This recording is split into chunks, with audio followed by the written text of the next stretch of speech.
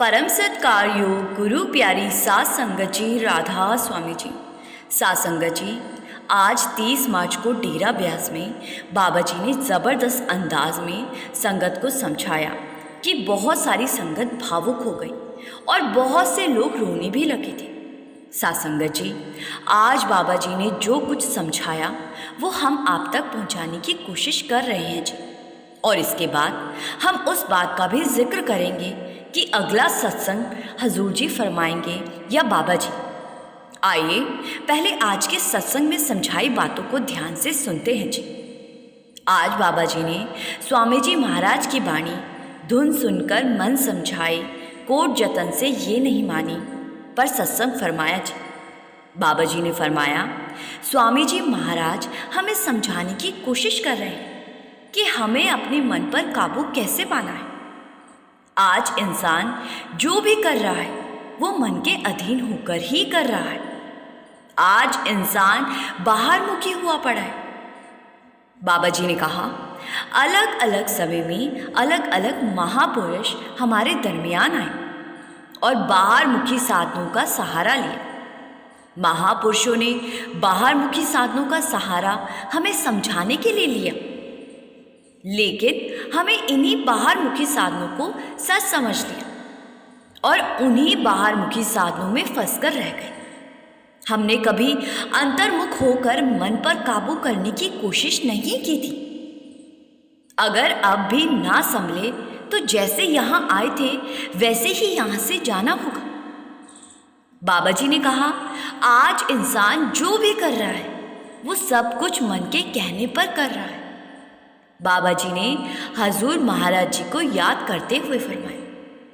हजूर जी फरमाया करते थे कि मन अगर काबू में है तो इससे अच्छा कोई दोस्त नहीं, और अगर मन काबू में नहीं है तो इससे अच्छा कोई दुश्मन भी नहीं हो सकता।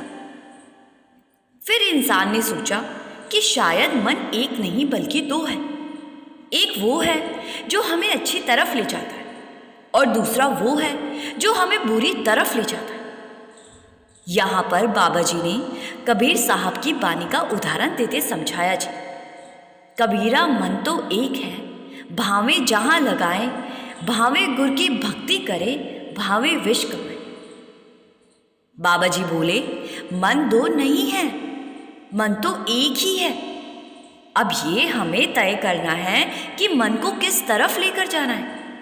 लेकिन आज हम खुद ही मन के गुलाम हुए बैठे हैं, मन के इशारों पर नाचने लगते हैं। हम बड़ी आसानी से कह देते हैं कि हमारा तो मन ही नहीं लगता। बाबा जी ने कहा, सारा खेल ये मन ही तो खेल रहा है। बाबा जी ने कहा, ए मन मैला अंधा है, किस आँख सुनावा। आज मन पर माया का पर्दा चढ़ा हुआ है और उस माया के नीचे दबकर मन अपनी असल अवस्था को भूलकर बैठा है। क्या मन की असल अवस्था ये थी? आज मन पर जन्मों के कर्मों की मैल चढ़ी हुई है। बाबा जी ने कहा, मन तू ज्योत स्वरूप है, अपना मोल पहचान। बाबा जी ने कहा, मन की वास्तविक अवस्था कुछ और ही है, लेकिन जन्मों के कर्मों की परतें इस पर इतनी जम गई है कि यह अपनी स्वच्छता को, अपनी निर्मलता को खो चुका है। जन्म जन्म की इस मन को मैल लागी, काला हुआ स्याह। बाबा जी ने समझाया कि जब हम कहीं जाते हैं तो वहाँ बैठने से पहले चेक करते हैं कि कुर्सी साफ तो है, लेकिन जिस जगह पर हम मालिक को बिठाना चाहते हैं उस जगह की, यानी उस मन की, हमें कोई फिक्र, कोई परवाह ही नहीं है। बाबा जी ने कहा, मन के बहकावे में आकर हम बड़ी आसानी से कह देते हैं कि इतने साल हो गए हमें तो अंदर से कुछ नहीं मिला। बाबा जी ने समझाया, बच्चे को डिग्री हासिल करने के लिए 10-12 साल पढ़ाई करनी पड़ती है, मेहनत करनी पड़ती है, तब कहीं जाकर उसको डिग्री मिलती है। और हम परमारथ के स्कूल में कुछ ही समय में कहने लगते हैं कि हमें तो कुछ नहीं मिला। बाबा जी ने कहा, मन हमें इस चीज़ का एहसास करवाता है। सरदार बहादुर जी कहा करते थे, किसी का भी मन एक जगह पर 20 से 25 मिनट से ज़्यादा नहीं टिकता। बाबा जी ने कहा, आज जन्मों के कर्मों की मैल हमारे मन पर चढ़ी हुई है। जब हम खुद को शब्द के साथ जोड़ेंगे तो धीरे धीरे मैल की ये परतें उतरने लगेगी। बाबा जी ने ललारी का भी उदाहरण दिया। जब कपड़ा गंदा हो जाता है तो हम कपड़े को धोबी के पास लेकर जाते हैं। धोबी कपड़े को रगड़ता है, लेकिन दाग फिर भी नहीं जाता, तो हम कपड़े को लेकर ललारी के पास जाते हैं। फिर ललारी कपड़े पर गूढ़ा रंग चढ़ा देता है और दाग मिट जाता है। बाबा जी ने इस बात को एक बर्तन के उदाहरण से समझाया जी। अगर कोई कहे कि आपका बर्तन गंदा है, तो हम बर्तन को रगड़ रगड़ कर साफ करते हैं और धीरे धीरे बर्तन पर चढ़ी मैल की एक के बाद एक परत उतरने लगती और बर्तन अपनी असली चमक को हासिल कर लेता है। बाबा जी ने कहा, मन पर चढ़ी जन्मों की मैल तीर्थ स्थानों पर जाकर स्नानों से नहीं धुलेगी। ये सिर्फ तभी संभव है जब हम अपने मन को, अपनी आत्मा को शब्द के साथ जोड़ेंगे। जब हम भजन सिमरन करेंगे तो धीरे धीरे मन पर जमी हुई मैल की परतें उतरने लगेगी और एक दिन मन अपनी असल अवस्था में लौट आएगा। बाबा जी ने कहा, बीबियां गाती है ना, गुड़े रंग विच रंग देओ जी, मैलियां ने साड़ियां रूहां। बाबा जी बोले, हजूर जी कहा करते थे, अगर बारिश का पानी इकट्ठा करना है तो बर्तन को सीधा भी रखना पड़ेगा और साफ भी रखना पड़ेगा। हमारा काम है अपने बर्तन को साफ रखना और मेहनत करना। बर्तन को भरने का काम मालिक का है। जिसका बर्तन साफ होगा, मालिक उसको ज़रूर भरेगा। आगे बाबा जी ने फरमाया, मन के अधीन होकर हम मंगते बने पड़े। मन जो चाहता है उन चाहतों को मालिक के आगे रख देते। मन हमारी चाहतों को पूरा नहीं कर सकता। जो देना है वो मालिक ने देना है, लेकिन हमने तो मन के बहकावे में आकर मन को ही मालिक के ऊपर बिठा दिया। बाबा जी ने कहा, पुराने समय में साधु महात्मा मन को काबू करने के लिए जंगलों पहाड़ों में चले गए। वहाँ सालों तप किया और सालों बाद जब समाज में वापस लौटे तो मन फिर से दुनिया की चकाचौंध में ऐसा डूब गया कि सालों की तपस्या पल भर में स्वाहा हो गई। फिर एक सोच प्रचलित हुई, मन जो मांगता है मन को देते जाओ, एक दिन मन अपने आप भर जाएगा। ये भी कर देख लिया, लेकिन मन की भूख कभी मिटी ही नहीं। मन की एक इच्छा पूरी हुई तो मन ने दूसरी इच्छा आगे कर दी। आज हम मन के अधीन होकर जब भी मुंह खोलते हैं बस मालिक से कुछ ना कुछ मांगने लगते हैं। बाबा जी ने समझाया कि हम मन के वश में आकर बस ज़मीन, जायदाद और सांसारिक चीज़ें इकट्ठा करने में लगे हुए हैं। लेकिन अगर इसी तरह मन के अधीन रहकर दुनियावी कामों में उलझे रहे तो आगे चलकर बहुत पछताना पड़ेगा। बाबा जी ने कहा कि अगर 84 लाख योनियों के बाद इंसान का जन्म मिला और उसमें भी अगर सिर्फ 1 साल किसी और योनि में बिताना पड़ा तो दोबारा ये अवसर मिलने में करोड़ों वर्ष लग सकते। बाबा जी ने रावण का उदाहरण दिया। बाबा जी ने कहा, रावण से बड़ा ज्ञानी कोई नहीं था। रावण के 10 सिर थे, लेकिन क्या उसका ज्ञान उसे मृत्यु से बचा सका? आज तो इंटरनेट के एक बटन से पूरा ज्ञान मिल जाता है, लेकिन क्या इससे इंसान खुद को बदल पाया? बाबा जी ने कहा, ज्ञान को इकट्ठा करने भर से कोई फायदा नहीं होगा। जब तक ज्ञान को जीवन में उतारा नहीं जाएगा तब तक उसका कोई अनुभव नहीं होगा।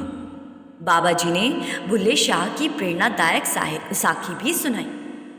बुल्ले शाह एक सैयद परिवार से थे और इस्लाम में सैयद को बहुत ऊंची जाति का माना जाता है। जब बुल्ले शाह ने आध्यात्मिक मार्ग पर आगे बढ़ने की कोशिश की तो उन्हें सही राह नहीं मिली। किसी ने उन्हें बताया कि शाह अनायत नाम के संत उनकी मदद कर सकते हैं। लेकिन बुल्ले शाह के मन में अहंकार था। मैं सैयद हूँ, ऊंची जात का हूँ, और शाह अनायत तो छोटी जात के हैं, मैं उनके पास कैसे जाऊं? पर जब कहीं से भी आंतरिक शांति नहीं मिली तो बुल्ले शाह अनायत के पास पहुंच गए। उन्होंने परमात्मा को पाने के सवाल किए, लेकिन शाह अनायत ने तुरंत कोई उत्तर नहीं दिया। उस समय वे पनीरी लगा रहे थे। बुल्ले शाह को देखकर शाह अनायत ने उचारा, बुल्लिया रबदा की बाणा, इधरो पुटना उधरो लाना। बुल्ले शाह उनके साथ जुड़ गए और समाज में यह चर्चा होने लगी कि एक सैयद खानदान का व्यक्ति इतनी विनम्रता से शाह अनायत की सेवा कर रहा है। बुल्ले शाह की वाह वाह होने लगी। कुछ समय बाद बुल्ले शाह के परिवार में शादी थी। उन्होंने शाह अनायत को न्योता भेजा, लेकिन शाह अनायत खुद नहीं गए, बल्कि किसी और व्यक्ति को भेज दिया। वह व्यक्ति साधारण कपड़ों में था, इसीलिए बुल्ले शाह ने उसकी कोई विशेष खातिरदारी नहीं की और उसे एक किनारे पर बिठा दिया। जब वह व्यक्ति शाह अनायत के पास लौटा और सारी बात बताई तो शाह अनायत ने बुल्ले शाह से मुंह मोड़ लिया। जब एक शिष्य को अपने गुरु के दर्शन नहीं होते तो उसका हृदय तड़प उठता है। बुल्ले शाह ने हर संभव प्रयास किया, लेकिन जब शाह अनायत ने मुंह फेर लिया तो बुल्ले शाह एक नाचने वाली का भेष बनाकर उनके सामने जा पहुंचे। उन्होंने शाह अनायत के सामने औरत बनकर नाचना शुरू कर दिया। शाह अनायत ने पूछा, तो बुल्ला है? बुल्ले शाह उनके पैरों में गिरकर बोले, नहीं जी, मैं तो भूला हूं, मुझे क्षमा कर दीजिए। साध संगत जी, कितने अच्छे तरीके से बाबा जी ने आज के इंसान की फितरत को समझाया। बाबा जी ने आगे समझाया, आज हम शरीरों के माथे टेक रहे हैं, गुरु के पीछे दौड़कर कह देते, आज तो बड़े अच्छे दर्शन हो गए। बाबा जी ने कहा, इसको दर्शन नहीं सिर्फ देखना कहते। दर्शन तो एक अवस्था है जो हम अपने अंदर एहसास कर पाते हैं, और उस अवस्था में पहुंचकर हम टकटकी लगाए अंदर की आंखों से बस देखते ही चले जाते। गुरु के शरीर या कपड़ों के पीछे दौड़कर हमें कुछ हासिल नहीं होगा। बाबा जी ने समझाया कि गुरु कोई शरीर नहीं होता, बल्कि गुरु शब्द है। शरीर में ना तो गुरु बनने की ताकत है और ना ही शरीर चेला यानी कि शिष्य बन सकता है। हालांकि शुरुआत हमेशा शरीर से ही होती है, क्योंकि शरीर को समझाने के लिए एक शरीर की ही आवश्यकता होती है। हम सभी अभी शरीर के दायरे में हैं, इसीलिए गुरु को भी हमें मार्ग दिखाने के लिए एक शरीर धारण करना पड़ता है।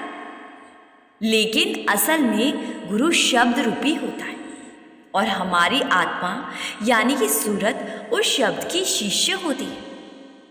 बाबा जी ने कहा, शब्द गुरु सूरत धुन चेला।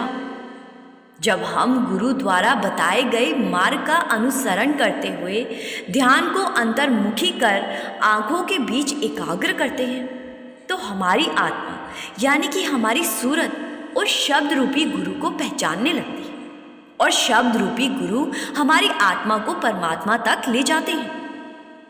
लेकिन ये तभी संभव है जब हम गुरु के बताए तरीके के अनुसार भजन भक्ति करें, भजन सिमरन करें और अपनी सूरत को जागृत करें।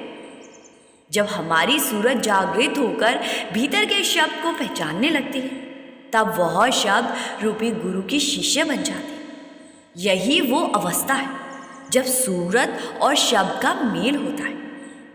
आगे बाबा जी ने इंसान की फितरत को समझाते हुए फरमाया, आज इंसान ये मान बैठा है कि किसी धार्मिक स्थल या किसी संत के डेरे पर जाकर माथा टेकने भर से हमें मालिक की कृपा प्राप्त हो जाएगी। बाबा जी ने कहा, इंसान सच को समझना ही नहीं चाहता और आसान रास्ते अपनाने की कोशिश करता है। बाबा जी ने कहा, माथे टेकने या नाक रगड़ लेने से ना किसी को कभी मालिक मिला है और ना मिलेगा। अगर मकसद में कामयाब होना है तो भजन सिमरन करना ही एकमात्र उपाय है। इसके अलावा दूसरा कोई और रास्ता नहीं है। बाबा जी ने आगे समझाया कि अगर कोई ये सोचकर बैठा है कि बिना भजन सिमरन के उसके कर्म समाप्त हो जाएंगे और वो इस जेल खाने से आज़ाद हो जाएगा, तो ये उसकी सबसे बड़ी भूल है। एक जन्म क्या कई जन्म लेते रहेंगे, फिर भी कर्मों का पूरा हिसाब चुकता नहीं कर पाएंगे। पिछले कर्म खत्म होंगे तब तक हम अगले कर्म करके बैठ जाएंगे और ये सिलसिला जन्मों से चलता ही आ रहा है। बाबा जी ने स्पष्ट किया कि कर्मों से मुक्ति पाने का सिर्फ एक ही तरीका है, अपनी सूरत को शब्द से जोड़ना। बाबा जी ने बाणी फरमाते हुए कहा, शब्द कर्म की रेख कटाए, शब्द शब्द से जाए मिलाए। मतलब केवल शब्द की शक्ति से ही हम अपने कर्मों का निपटारा करवा कर परमात्मा से जुड़ सकते। इसके अलावा कोई दूसरा उपाय नहीं है जी। बाबा जी ने बाइबल का उदाहरण देते हुए कहा कि वहां भी यही शिक्षा दी गई है, नाम की कमाई करने वाले बनो। बाबा जी ने कहा सिर्फ बाहरी आडंबरों से, बाहरमुखी साधनों से कुछ नहीं होगा। अपने अंतर्मुखी होकर मालिक की पहचान करके ही हम मालिक को हासिल कर सकते हैं। बाहरमुखी साधन हमें समझाने के लिए अपनाए गए थे। इसके बाद बाबा जी ने मंदिर के वास्तविक अर्थ को समझाते हुए कहा कि असली मंदिर वो नहीं जो हमें बाहरी आंखों से दिखता है, बल्कि असली मंदिर तो हमारे मन के भीतर है। मंदिर का मतलब है मन के अंदर। पुराने समय में परिवार बड़े हुए करते थे तो लोग ईश्वर की भक्ति के लिए एक अलग कमरे का उपयोग करते थे ताकि वे शांति से एकांत में बैठकर ध्यान कर सके और अंतर्मुखी होकर मालिक से जुड़ सके। जैसे जैसे समय बदला तो उस कमरे को मंदिर कहा जाने लगा। फिर आगे चलकर मंदिर के मायने ही बदल गए। आज लोगों ने मंदिरों और तीर्थों में जाकर माथा टेकने को ही असल भक्ति मान लिया है। बाबा जी ने कहा अगर इतनी आसानी से मालिक मिल जाता तो ये दुनिया कब की खाली हो गई होती। बाबा जी ने बाइबल का उदाहरण देते हुए समझाया, we are the temple of God. हमारा शरीर ही मालिक का मंदिर है। अगर मालिक को पाना है तो अपने अंदर खोजो। बाबा जी ने उदाहरण देते हुए समझाया, अगर किसी की कोई चीज कमरे के अंदर गुम हो जाए और वो इंसान उस चीज को कमरे से बाहर जाकर खोजने लगे तो क्या वो चीज उसको कभी भी मिल पाएगी? बाबा जी ने कहा आज के इंसान की असलियत यही है। जहां मालिक को खोजना है वहां ना खोजकर बाहरमुखी साधनों में उलझ गया है। माथे टेककर और नाक रगड़कर मालिक को पाना चाहता है। बाबा जी ने बुल्ले शाह का उदाहरण देते हुए फरमाया, जी लख वार जे करे इबादत कदे ना बने नमाजी, जेकर प्यार ना होसी पल्ले रब ना होसी राजी। आगे बाबा जी ने कहा आज हम जब भी अरदास करते हैं तो मालिक से कुछ ना कुछ मांगने लगते हैं। मालिक ने जो देना था वो तो पहले ही दे दिया है। मालिक ने हमें मंगते बनाकर यहाँ नहीं भेजा। मालिक ने जब इस सृष्टि की रचना की थी तो सबसे उत्तम क्रिएशन को बनाया था और वो है इंसान। मालिक ने हमें ये जामा देकर पहले ही हमें सब दे दिया है। अब हमें मालिक से और कुछ नहीं मांगना। जो मिला है उसकी कद्र करनी है, इस जामे को उपयोग करना है और अपने असल की पहचान करनी है। मालिक ने 84 लाख तरह की जूनियाँ बनाई और इंसान ही एक ऐसी जुदी है, ऐसा दरवाज़ा है जहाँ से हम खुद को आज़ाद करवा सकते हैं। लेकिन इंसान आज मैं और मैरी में फंसा हुआ है। यहाँ आकर झूठ के रिश्तों को सच माने बैठा है और इस जामे को बेकार कर रहा है। बाबा जी ने समझाया, हमें दुनिया में रहना है तो दुनियावी जिम्मेदारियां निभाने के साथ साथ खुद को यहाँ से आज़ाद करवाना है। इसके लिए हमें घर परिवार छोड़कर जाने की ज़रूरत नहीं है। ये काम हम अपने घर रहकर भी कर सकते हैं। बाबा जी ने फरमाया, जो कुछ मिलेगा अपने अंदर से मिलेगा। बाबा जी ने कहा, हमें मालिक से प्रेम करना है, मालिक से कुछ मांगना नहीं है। आगे बाबा जी ने कबीर साहब का उदाहरण देते हुए फरमाया, जो दिसे सो तो है नाही, जो है सो कहा ना जाए। सियाना ब्याना क्या समझाई, गूंगे का गुड़ भाई। बाबा जी ने कहा, जो दिखाई देता है वो असल में है ही नहीं, और जो असल में है उसकी हम पहचान नहीं कर पाते। बाबा जी बोले, गूंगे को गुड़ देकर पूछेंगे तो वो गुड़ के अलावा कुछ नहीं बता सकता। बाबा जी ने कहा कि आज हम धर्म और मज़हब के नाम पर एक दूसरे से लड़ रहे हैं, और यही हमारी सबसे बड़ी भूल है।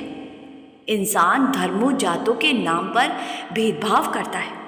इंसान जब से इस दुनिया में आया है तब से वह बांटने में लगा हुआ है, यहाँ तक कि जिसे बांटा ही नहीं जा सकता था उस मालिक को भी इंसान ने अपने स्वार्थ के लिए बांट दिया है। बाबा जी ने कहा, मजहब नहीं सिखाता आपस में बैर रखना।